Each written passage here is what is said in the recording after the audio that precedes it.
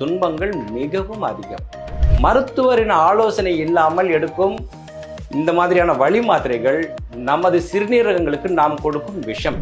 Hi friends, அனைவருக்கும் இனிமையான முதுமை என்ற ஒற்றை குறிக்கோளுடன் தொடர்ந்து செயல்பட்டு வருவது பூங்காற்று யூடியூப் சேனல்.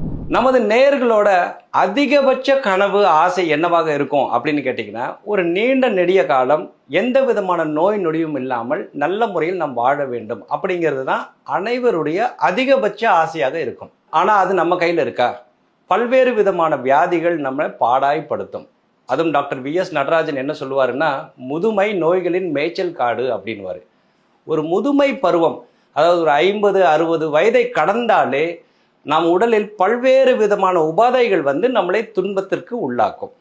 இதில் பல வியாதிகள் நம்ம கையில் இல்லை, அழையா விருந்தாளிகள் போல நம்மை சேரும், நம்மை மிகுந்த துன்பத்திற்கு உள்ளாக்கும், பல சமயங்களில் உயிரையும் மாய்க்கும்.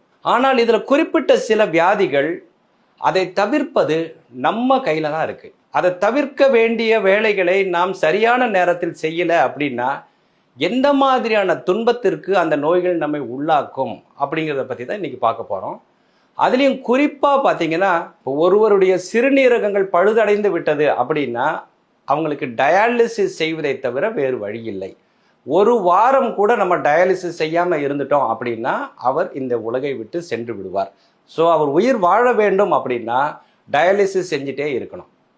இந்த டயாலிசிஸ்ன்றது ஒரு சாதாரண விஷயம் இல்லை.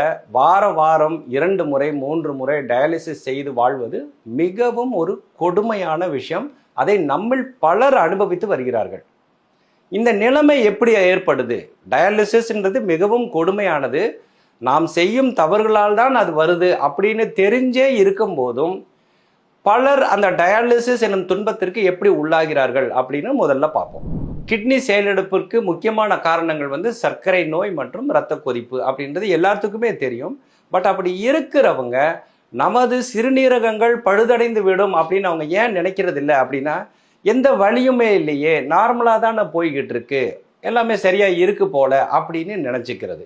ஆனால் உடம்பிற்குள் சேதங்கள் அமைதியாக நடந்துக்கிட்டே இருக்கும். நம்ம டாக்டர் வி.எஸ். நடராஜன் கூட சொல்லுவார், you may be sleeping but your disease will not be sleeping. அதாவது இரவு நேரத்தில் நம்ம ஆழ்ந்த தூக்கத்தில் இருப்போம், ஆனால் நமது உடலுக்குள் இருக்கும் வியாதி சுறுசுறுப்பாக இயங்கிக் கொண்டே இருக்கும். குறிப்பாக